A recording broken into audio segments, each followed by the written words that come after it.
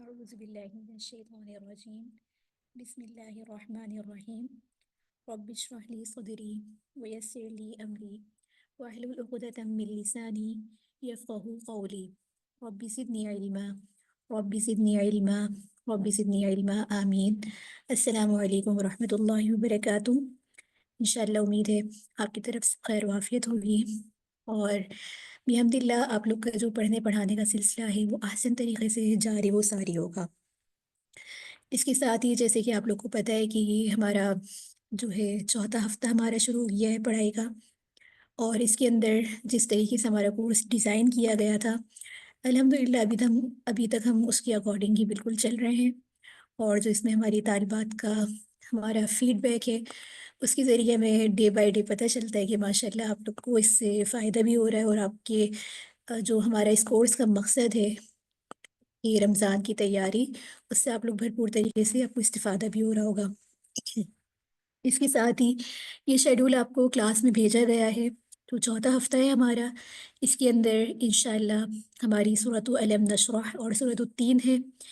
قواعد کے حساب سے بات کریں تو اس ہفتے میں انشاءاللہ ہم حروف مقطعات، حروف مدہ و لین اور مد کی جو علامات یا قواعد ہیں،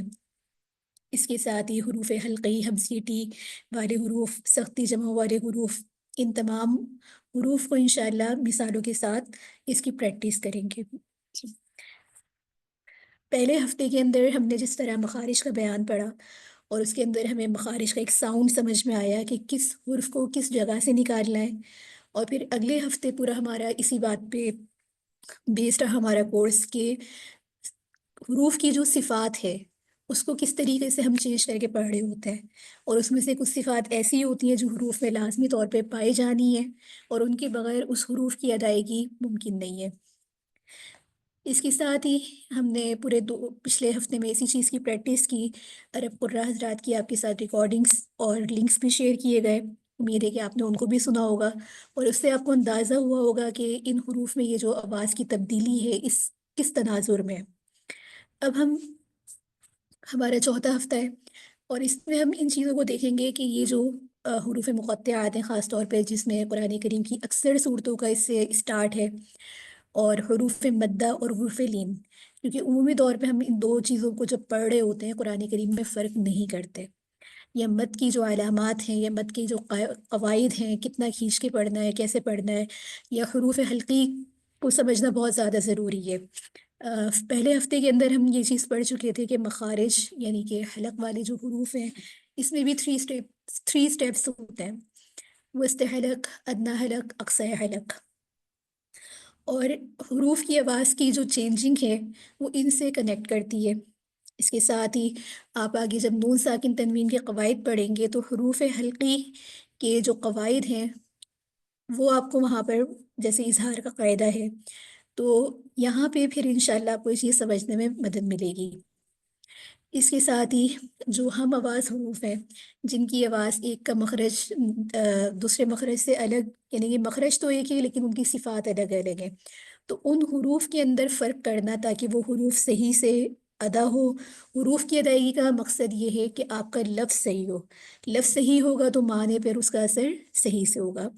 اس کے ساتھ ہی کچھ سیٹی والے حروف ہیں، ان میں سیٹی کیسے کرنی ہے، سختی والے حروف ہیں، تو ان کو انشاءاللہ ہم جو قرآنی ہمارا جتنا بھی یہ مواد چلے گا اس میں ہم اس کو پریکٹس کریں گے. تو یہاں تک ہمارا جو حروف مقطعات کا ایک بیسک تعارف، یعنی کہ پورے ہفتے کا ایک بیسک تعارف تھا، وہ انشاءاللہ ہم نے یہاں پہ دیکھا. اس کے ساتھ ہی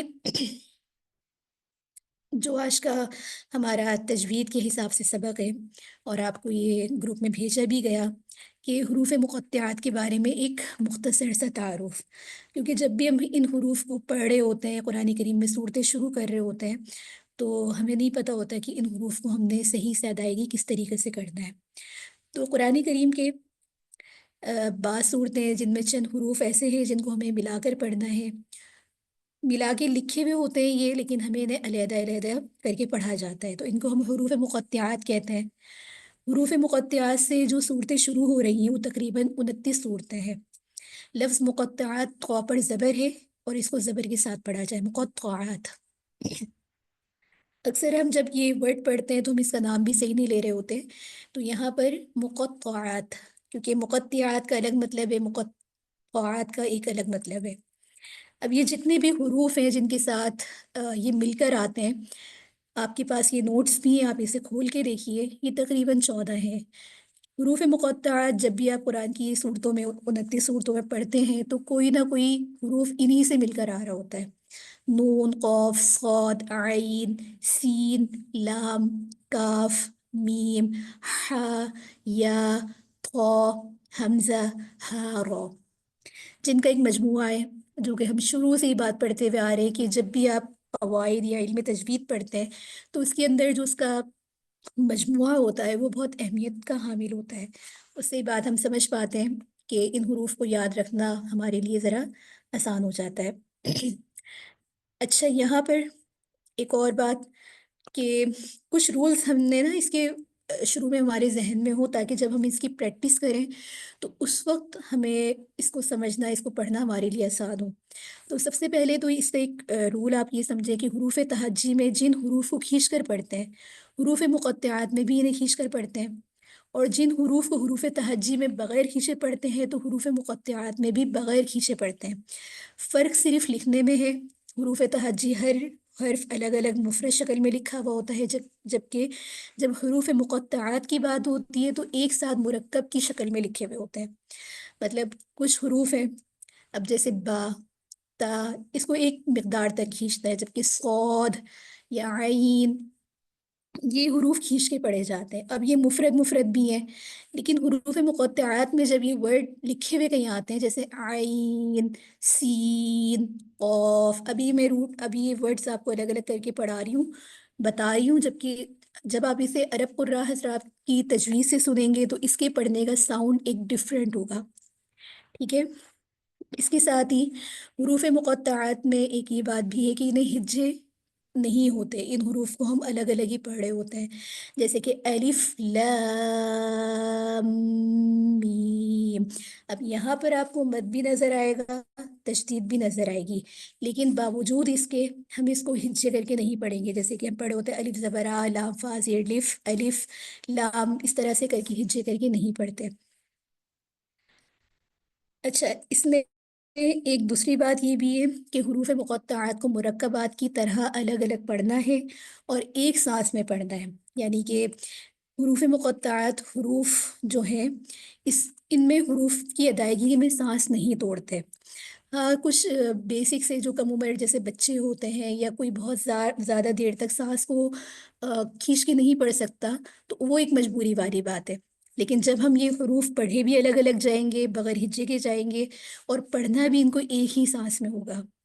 ابھی آپ صرف رولز سمجھیں، کیونکہ بیسک جو ہمارا پہلی کلاس ہوتی ہے وہ ایک تعارفی ہی ہوتی ہے نا۔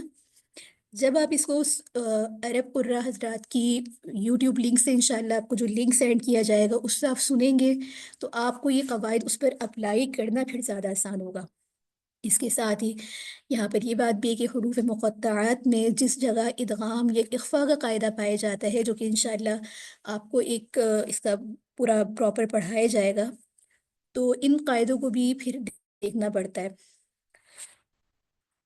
اور کچھ ایسی چیزیں آتی ہیں اس کے اندر، جیسے کہ الف، لام، میم، را، تو یہاں پر لام کو کھینچنا ہے، میم سے ملانا ہے، تو یہ سب جب آپ پریکٹس کریں گے تو انشاءاللہ آپ کو یہ چیزیں سمجھ میں آئیں گی۔ کچھ ورڈز ایسے ہیں جن کو پڑھنے کی ڈفرینٹ صورتیں ہیں، جیسے ایک ورڈ لکھا ہوا آ رہا ہوتا ہے الف، لام، میم، اللہ، تو اس کو پڑھنے کے 3 طریقے کے کار ہوتے ہیں۔ تو انشاءاللہ جب وہ آپ قواعد جو آپ کے ساتھ شیئر کیے گئے ہیں، آپ کے ساتھ نوٹس بھیجے گئے ہیں، جب آپ اس کو دیکھیں گے اور پھر وہ ویڈیوز آپ انشاءاللہ سنیں گے تو اس سے پھر آپ کی جو ہے کافی حد تک آپ کو کلیئر ہوگا۔ یہاں تک جو حروف مقطعات کا ایک بیسک تعارف تھا وہ ہمارا پورا ہوتا ہے۔ یہاں اگر آپ کا کوئی سوال ہے تو آپ اپنا مائک جو ہے انمیوٹ کر سکتے ہیں یا پھر چیٹ باکس میں لکھ سکتے ہیں، پھر ہم آگے چلتے ہیں۔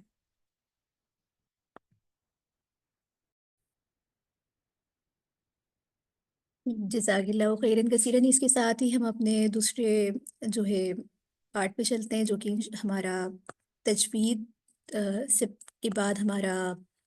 لفظی اور بامحاورے ترجمے کا ہوتا ہے۔ اور امید ہے کہ یہ صورت ویسے آپ میں سے سب کو یاد ہو، اور کچھ کو یاد نہ بھی ہو تو اس میں کوئی مسئلہ نہیں ہے۔ اصل چیز ہے کہ ہمیں اس کے لفظی اور بامحاورے ترجمے کے اوپر گرپ حاصل کرنا۔ پہلے آپ کے ساتھ وہی طریقہ کار کہ انشاءاللہ جو ہے یہ آپ کے ساتھ شیئر کیا جائے گا، اس کے بعد آپ اپنی ورک شیٹ جو کہ آپ کو بھیج دی گئی ہے اس ہفتے کی، آپ اس میں سے دیکھ کر اس کا لفظی بات محاورہ ترجمہ خود کریں گی۔ جتنا بھی دیکھ کے آپ سمجھ سکیں وہ آپ کے لیے زیادہ بہتر ہے۔ بسم اللہ الرحمن الرحیم۔ علم کیا نہیں، علم کیا نہیں، حمزہ استفہامیہ ہے۔ نشرح ہم نے کھول دیا، نشرح ہم نے کھول دیا، لکا آپ کے لیے، لکا آپ کے لیے، صدرکا صدرکا سینہ آپ کا، وقف کریں گے صدرک، کیونکہ آیت پہ جب وقف کرتے ہیں تو وہ آیت ساکن ہو جاتی ہے۔ علم کیا نہیں، نشرح ہم نے کھول دیا، لکا آپ کے لیے، صدرکا سینہ آپ کا، کیا ہم نے آپ کے لیے آپ کا سینہ نہیں کھول دیا؟ بامحاورہ ترجمہ دوبارہ دیکھیے، کیا ہم نے آپ کے لیے آپ کا سینہ نہیں کھول دیا؟ وَوَضَعْنَا اور اتار دیا ہم نے، وَوَضَعْنَا مخارج پہ بھی ساتھ ساتھ فوکس کریں، مائک آپ کے چاہے بن رہے ہیں ساتھ ساتھ پڑھیے،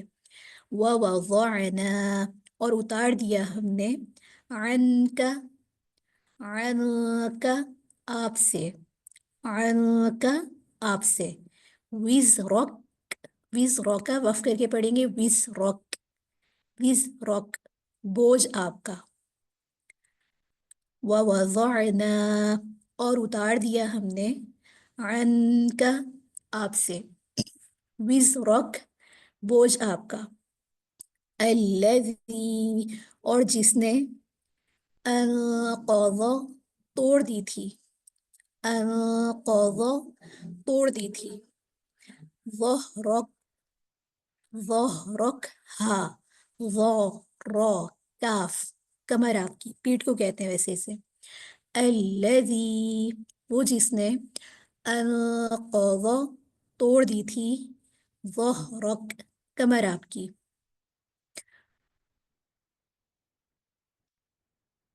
پہلی آیت کا دوسری آیت کا بامحاورہ ترجمہ دوبارہ دیکھ لیں، اور ہم نے آپ پر سے آپ کا بوجھ اتار دیا۔ دوسری آیت کا بامحاورہ ترجمہ، اور ہم نے آپ پر سے آپ کا بوجھ اتار دیا۔ دوسری آیت کا بامحاورہ ترجمہ، جس نے آپ کی کمر توڑ دی تھی، جس نے آپ کی کمر توڑ دی تھی، وَرَفَعْنَا وَرَفَعْنَا اور بلند کر دیا ہم نے، لَکَ آپ کے لیے، ذِکْرَک آپ کے ذکر کو، ذِکْرَک آپ کے ذکر کو، وَرَفَعْنَا اور بلند کر دیا ہم نے، لَکَ آپ کے لیے، ذِکْرَک آپ کے ذکر کو، اور ہم نے آپ کے لیے آپ کے ذکر کو بلند کر دیا۔ فَإِنَّ پس یقیناً، پس بے شک، مع ساتھ، مع ساتھ مل رہے، مع العسری مشکل کے، عسر کہتے ہیں مشکل کو، عسری مشکل کے، یسرا آسانی ہے۔ فَإِنَّ پس یقیناً، مع ساتھ، عسری مع العسری مشکل کے ساتھ، یسرا آسانی ہے۔ ان یقیناً بے شک، مع ساتھ، عسری مشکل کے، یسرا آسانی، یقیناً مشکل کے ساتھ آسانی ہے۔ اوپر ترجمہ تھا پس، کیونکہ فا کا ترجمہ عموماً آیت میں پس سے کر رہے ہوتے ہیں، پس یقیناً مشکل کے ساتھ آسانی ہے۔ یقیناً دوسری آیت میں یقیناً مشکل کے ساتھ آسانی ہے، بے شک مشکل کے ساتھ آسانی ہے۔ فَإِذَا تو جب، فَرَغْتَ فَرَغْتَ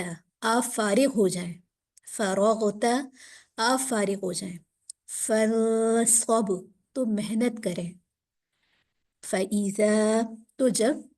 فرغت آپ فارغ ہو جائیں، فانصب تو محنت کریں،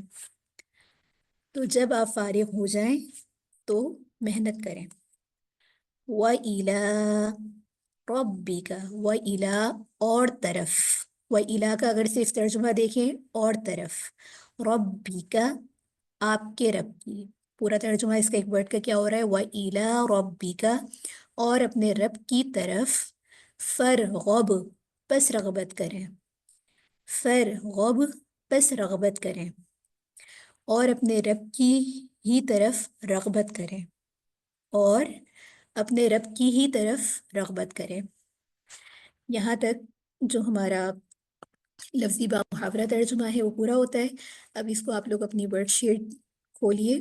اور جتنا بھی آپ نے سمجھا اس کو کریں، جو غلطی ہوگی وہ انشاءاللہ ابھی آپ لوگ کی کریکٹ کر دی جائے گی۔ ریکارڈنگ جب تک روک دی جاتی ہے تاکہ آپ لوگ بالکل آرام سے اس کا ترجمہ کریں۔ جزاک اللہ خیر۔ جزاک اللہ خیر، ماشاءاللہ آپ سب کی ایفرٹ کو اللہ تعالیٰ قبول کرے۔ اچھا، اس کے ساتھ ہی انشاءاللہ ہم اس صورت کی جو اہم نکات ہیں اس کی تفسیر کو دیکھ لیتے ہیں۔ اچھا، اس صورت کی جو ایک تعارف ہے وہ آپ کو آپ کے گروپ میں بھی اس کا بھیجا گیا، جو کہ انشاءاللہ امید ہے کہ آپ لوگ نے پڑھا ہوگا۔ تفہیم القرآن کے ریفرنسز زیادہ تر لینے کی وجہ میں نے آپ کو شاید پہلے بھی بتائی تھی، اور ایک دفعہ یہاں دوبارہ بتا دیتی ہوں کہ بہت ہی الحمدللہ عام فہم سہل انداز میں ہے۔ تو اس کو جب ہم پڑھتے ہیں یا کسی ایسے شخص کے جس نے کبھی تعارفی طور پہ زیادہ نہیں پڑھا ہوتا، تو جب وہ اس کو پڑھتا ہے تو اس کو پورے صورت کا جو کانسیپٹ ہے، اہم نکات ہیں، وہ سمجھ میں آ جاتے ہیں۔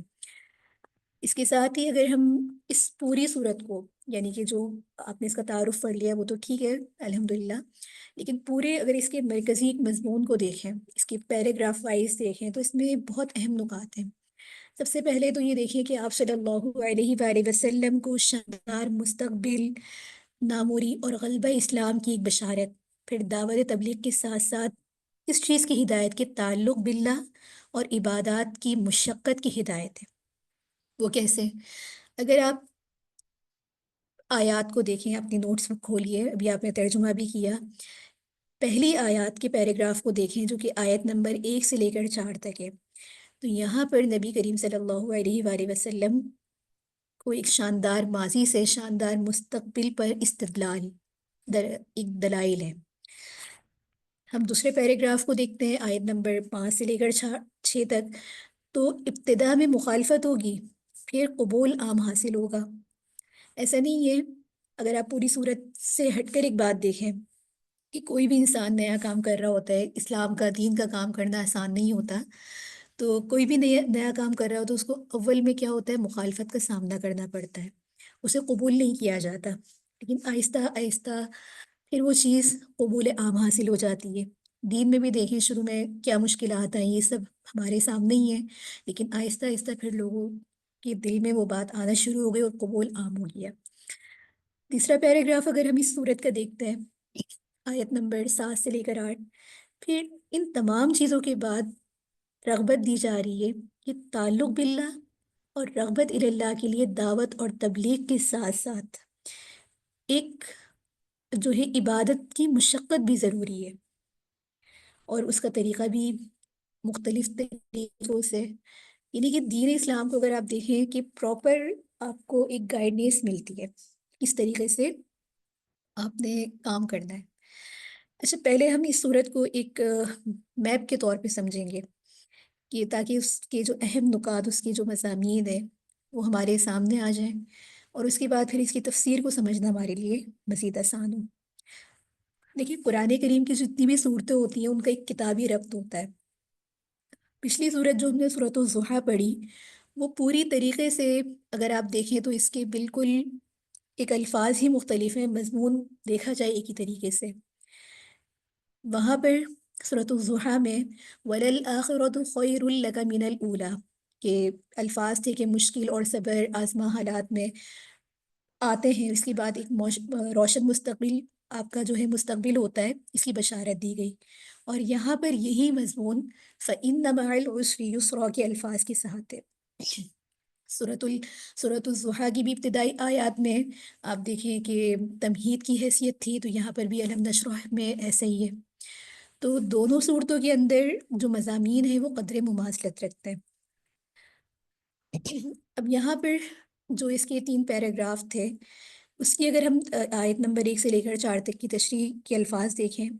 تو یہاں پر کیا بتایا جا رہا ہے کہ اے نبی، کہ ہم نے آپ کا سینہ آپ کے لیے نہیں کھولا، اور کیا ہم نے آپ پہ سے بھاری بوجھ نہیں اتار دیا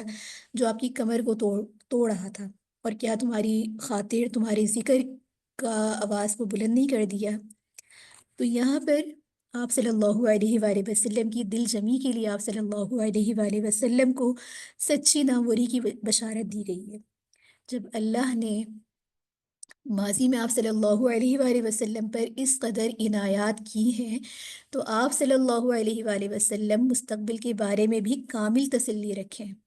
مخالفتوں اور اذیتوں اور ان چیزوں سے کے بعد ایک روشن اور ایک زبردست قسم کا مستقبل پوری آب و تاب کے ساتھ آپ کا منتظر ہے۔ یہ دونوں صورتیں نا، جو سورۃ الضحیٰ، سورۃ علم نشرہ، یہ بڑی ایک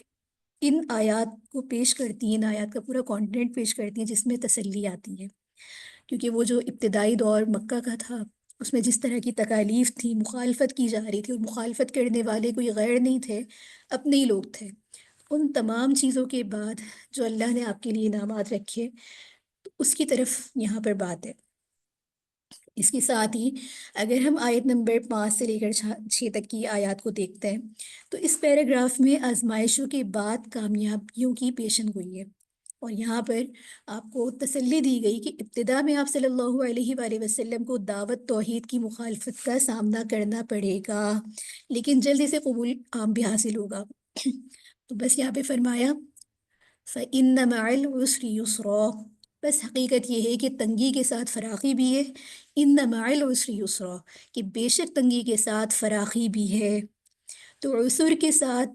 جڑی ہوئی چیز کیا ہے؟ یسر ہے۔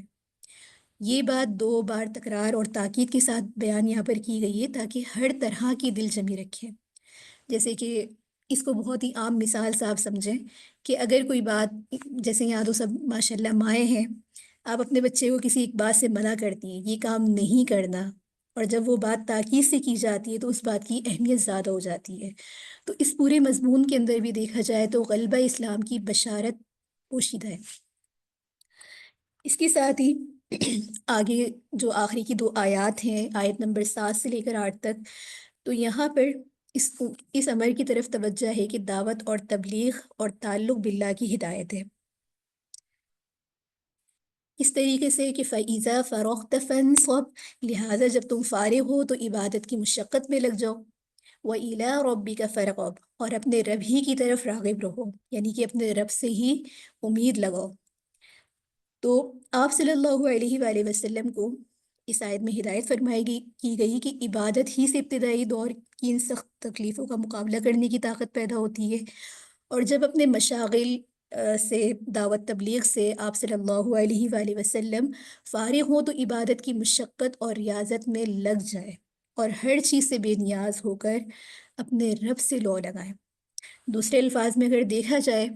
تو یہاں پر آپ صلی اللہ علیہ وآلہ وسلم کو بتایا گیا ہے کہ توحید کی دعوت کو عام کرنے کے لیے تعلق باللہ اور رغبت اللہ کی لذت کی جو ایک مشقت ہے وہ لازمی اور ضروری ہے۔ تو لہٰذا اگر دیکھا جائے کہ 5 وقتہ نماز آپ صلی اللہ علیہ وآلہ وسلم کو جو ہے تقریباً 2 نبوی میں معراج کے موقع پر فرض کی گئی تھی، اور ابتدائی کے جو 12واں سال میں تربیت تزکیہ نفس کے لیے نماز تہجد کی طویل قیام جو اس میں ہوتا تھا، اور صحابہ اکرام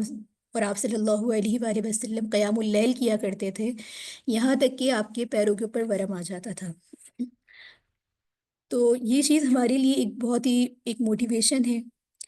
اور اس میں انسان کو اس چیز کی طرف رغبت بھی دلائی جا رہی ہے کہ دین اور ان تمام کے کاموں کے ساتھ انسان کا اپنا تزکیہ نفس کتنا ضروری ہے۔ تو اس پورے کانسیپٹ کو سمجھنے کے بعد اگر ہم اس کی ایک جامع تفسیر کو دیکھیں، اس کے اہم نکات کو دیکھیں، تو یہاں پر کچھ اہم پوائنٹ اور جو اس میں باتیں استعمال ہو رہی ہیں وہ ہمارے لیے دیکھنے کی ضرورت ہے۔ اب یہاں پر پہلی آیت سے اگر ہم آتے ہیں کہ الم نشرح لک صدرک، تو شرح کے لفظی معنی کھولنے کے ہیں، اور سینہ کھول دینا یعنی کہ اس کو علوم معرفت اور اخلاق حسنہ کے لیے وسیع کر دینے کے معنی میں استعمال ہوتا ہے۔ جیسے کہ ایک دوسری آیت میں بھی ہے کہ فَمَن يُرِدِ اللَّهُ أَن يَهْدِيَهُ يَشْرَحْ صَدْرَهُ لِلْإِسْلَامِ، تو آپ صلی اللہ علیہ وآلہ وسلم کی سینہ مبارک کو اللہ تعالیٰ نے علوم اور معرفت اور اخلاق کریمہ کے لیے ایسا وسیع بنا دیا تھا کہ آپ کی علم، آپ کی حکمت کو بڑے بڑے عقلا بھی نہیں پہنچ سکے تھے۔ اسی لیے شرح صدر کا نتیجہ کیا ہوا کہ آپ کو مخلوق کی طرف توجہ کرنا اللہ کی طرف توجہ میں مخلا ہوتا تھا۔ اور بعض صحیح احادیث میں جو کہ یہ الفاظ بھی ہیں کہ فرشتوں نے بحکم الہی آپ کا سینہ مبارک ظاہری طور پر بھی چاک کر کے صاف کیا، اور بعض مفسرین شرح صدر سے اس جگہ وہ شق صدر بھی مراد لیتے ہیں جو ایک آپ کے لیے معجزہ تھا۔ اس کے ساتھ ہی یہاں پر وَوَضَعْنَا عَنْكَ وِزْرَكَ الَّذِي أَنْقَضَ ظَهْرَكَ، تو وزرک کی لفظی معنی وزرک واو زارو کی لفظی معنی کیا ہوتے ہیں کہ بوجھ کے، اور نقص یعنی انقض نقص کے ہے جس کے لفظی معنی ظہر کے لفظی معنی کمر کے، یعنی کمر کو جھکا دینے کے ہیں۔ جیسے کہ کوئی بڑا بوجھ انسان پر لادا جائے تو اس کی کمر جھک جاتی ہے، تو اس آیت میں اس بات کی طرف اشارہ ہے کہ وہ بوجھ جس نے آپ کی کمر جھکا دی تھی، ہم نے اس کو آپ صلی اللہ علیہ وآلہ وسلم سے ہٹا دیا۔ وہ بوجھ کیا تھا، اس کی ایک تفسیر تو یہاں پر کچھ معرف القرآن میں خلاصہ تفسیر میں یہ آئی ہے کہ اس سے جائز اور وہ مباح کام تھے جن کو بعض اوقات آپ صلی اللہ علیہ وآلہ وسلم نے حکمت اور مصلحت سمجھ کر اختیار کر لیے تھے۔ تو یہاں پر ان باتوں کی طرف بھی ہے، اور بعض حضرات مفسرین نے وزرت یعنی کہ بوجھ سے یہ جگہ مراد لی ہے کہ نبوت میں وحی کا اثر بھی آپ پر شدید ہوتا تھا۔ اچھا، یہاں پر وحی سے متعلق ایک میں پوائنٹ ضرور آپ لوگ کو بتانا چاہوں گی، جیسے کہ شروع میں ہماری یہ بات ہوئی تھی کہ ہم علوم القرآن کے بھی کچھ جو بیسک چیزیں ہیں انشاءاللہ اس کو بھی دیکھا کریں گے۔ تو جب بھی کہیں وحی کی بات آتی ہے تو وحی سے ہمارے ذہن میں ایک مخصوص شکل ہی آتی ہے، مخصوص جو ہم پڑھتے آ رہے ہیں۔ تو وحی کا جو لفظ ہے وہ احیاء یعنی کہ عربی لفظ میں استعمال ہوا ہے، اور لغت میں اس کا مطلب کیا ہوتا ہے کہ جلدی سے کوئی اشارہ کر دینا، جلدی سے کوئی اشارہ کر دینا۔ یہ تو ایک وحی کا مفہوم معنی آپ کہہ لیں۔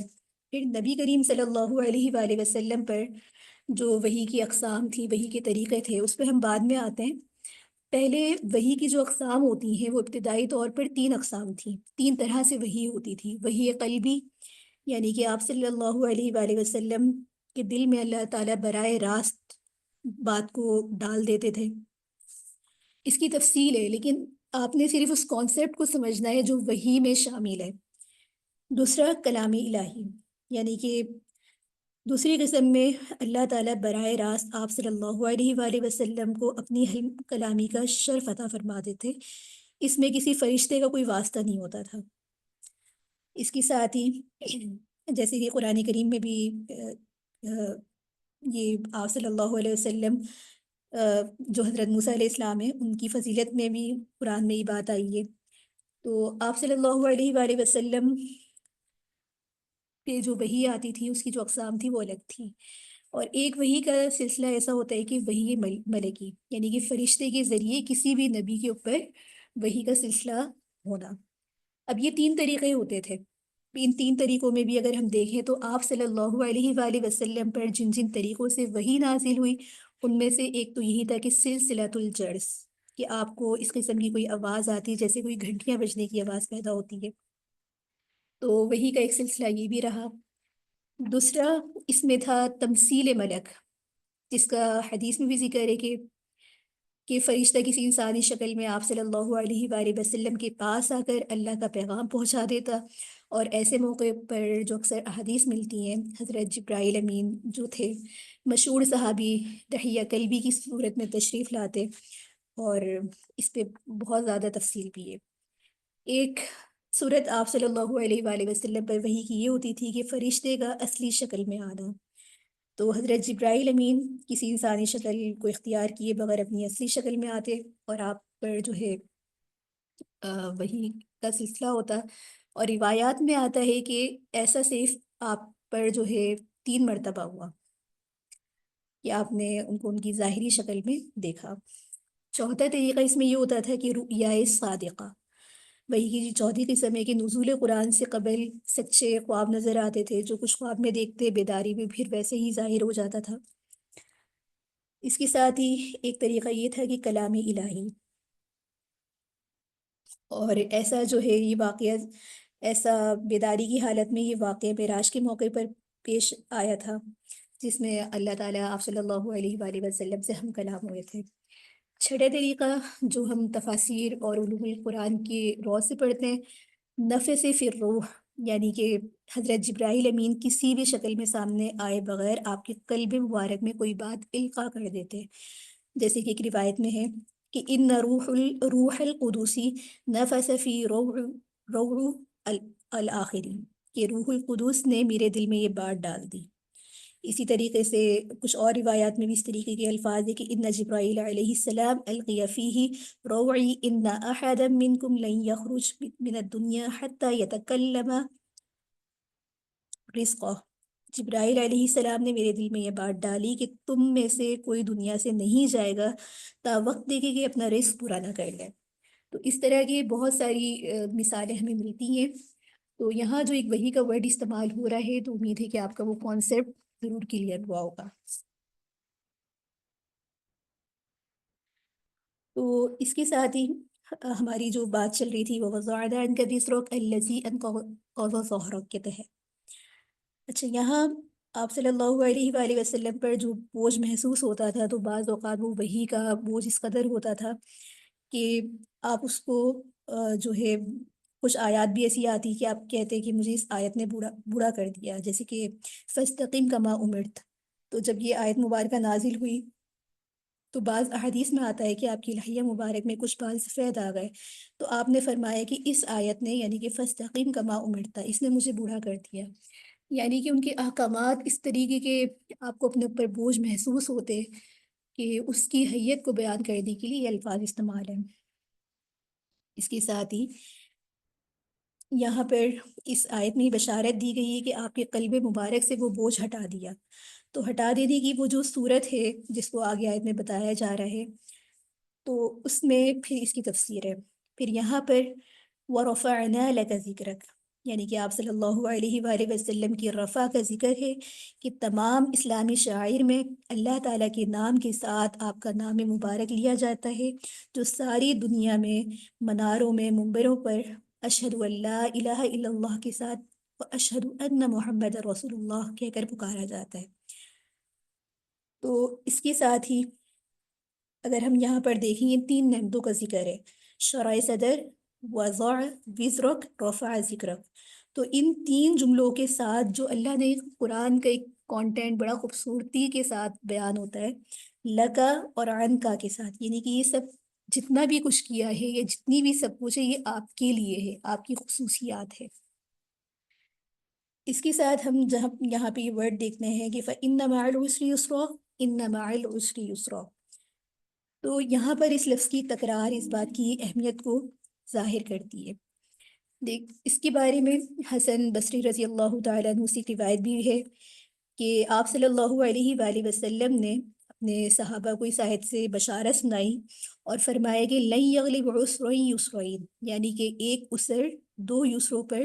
غالب نہیں آ سکتی، یعنی کہ ایک مشکل 2 آسانیوں پر. تو یہاں پر یہ بات اگر ہم تاریخ اور سیرت کو دیکھیں تو اس چیز میں ہمیں یہ بات نظر آتی ہے کہ اللہ تعالیٰ نے شروع میں جتنی بھی مشکلات تھیں دین اسلام کو پھیلانے میں، اور اس میں جتنی بھی جد و جہد تھی، اس کے بعد جو آسانیوں کا دور شروع ہوا اور وہ مسلمانوں پہ ایک سنہری دور تھا، اور کس طریقے سے جوک در جوک پھر اسلام میں لوگ داخل ہوئے. تو یہ سب وہ محنت تھی، وہ آسانیاں تھیں جو اللہ نے ان کا وعدہ کیا تھا. اس کے ساتھ جو ایک پوری بات کرنے کے بعد آخر میں جو کانٹینٹ ہمیں ملتا ہے کہ تعلیم تبلیغ کرنے والوں کو خلوت میں ذکر اللہ اور توجہ اللہ کی صورت ہے۔ فَإِذَا فَرَغْتَ فَانْصَبْ وَإِلَىٰ رَبِّكَ فَارْغَب، یعنی کہ جب آپ ایک محنت یعنی کہ دعوت، تبلیغ، حق کی دعوت، احکامات سے فارغ ہوں تو دوسری محنت کے لیے تیار ہو جائیں۔ وہ دوسری محنت کیا ہے؟ نماز، اللہ کا ذکر، دعا، استغفار۔ اس سے مراد یہ ہے کہ دیکھا جائے کہ انسان اگر مخلوق کی فکر کر رہا ہے لیکن ساتھ ساتھ اپنے اخلاق کو نظر انداز نہ کرے۔ آج کل ہمارے یہاں ہمارے ساتھ بھی یہ مسئلہ ہے، ہمیں دوسروں کی نمازیں، دوسروں کا پہننا اوڑھنا، دوسروں کے مالی معاملات، ان سب میں دخل اندازی تو ہم کرتے ہیں، انہیں بتا بھی رہے ہوتے ہیں کہ آپ سے فلاں فلاں حقوق کی جو ہے کمی کوتاہی ہو رہی ہے، لیکن ان تمام کے ساتھ ہمارا جو اپنا سلوک ہمارے اپنے گھروں کے اندر ہوتا ہے،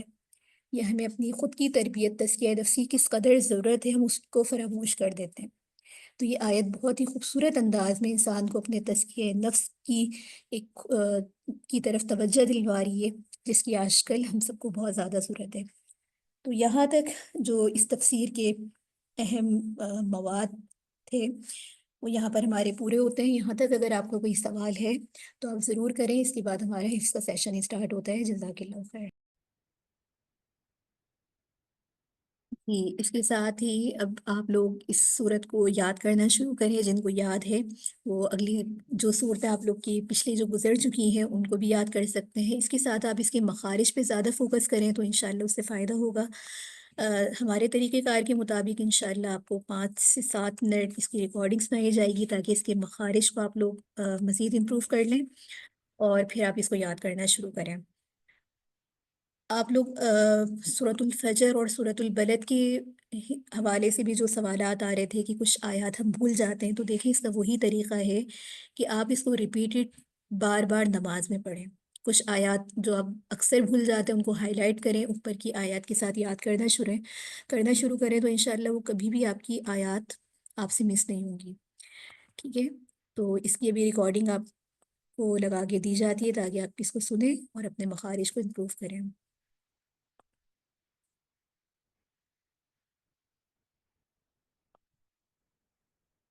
ألم نشرح لك صدرك ووضعنا عنك وزرك الذي أنقض ظهرك ورفعنا لك ذكرك فإن مع العسر يسرا إن مع العسر يسرا فإذا فرغت فانصب وإلى ربك فارغب